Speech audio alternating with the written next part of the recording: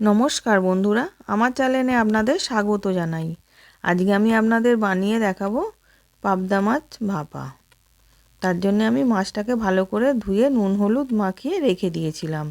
এবার একটা টিফিন বক্সে আমি ভাপিয়ে নেব বলে টিফিন বক্স নিয়েছিলাম। তার মধ্যে 1 চামচ 2 রকম সর্ষে পেস্ট নিলাম, 1 চামচ কাঁচা লঙ্কা পেস্ট আর 2 চামচ টক দই দিলাম।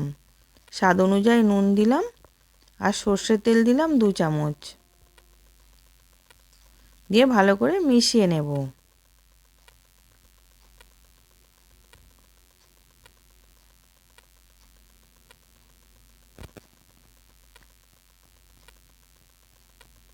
ওর মধ্যে সামান্য একটুখানি জল দিয়ে দিলাম, দিয়ে ওটাকেও মিশিয়ে নিচ্ছি। এবার আমি ওর মধ্যে পাবদা মাছটা দিয়ে দিলাম।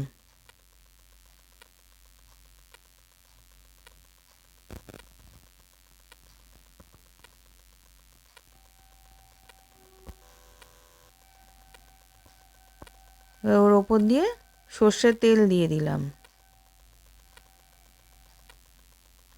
কাঁচা লঙ্কা চিড়ে রেখেছিলাম, কাঁচা লঙ্কাও দিয়ে দিলাম। দিয়ে এদিকে এবার কড়াতে আমি জল গরম করতে বসিয়েছিলাম। জলটা গরম হয়ে গেছে, আমি মাছটা টিফিন কৌটোটা বসিয়ে দিলাম।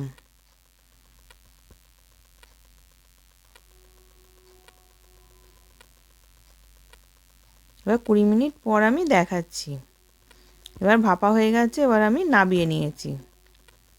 আশা করছি ভিডিওটা ভালো লেগেছে। আমি হাজির হব আর এক নতুন রেসিপির সাথে।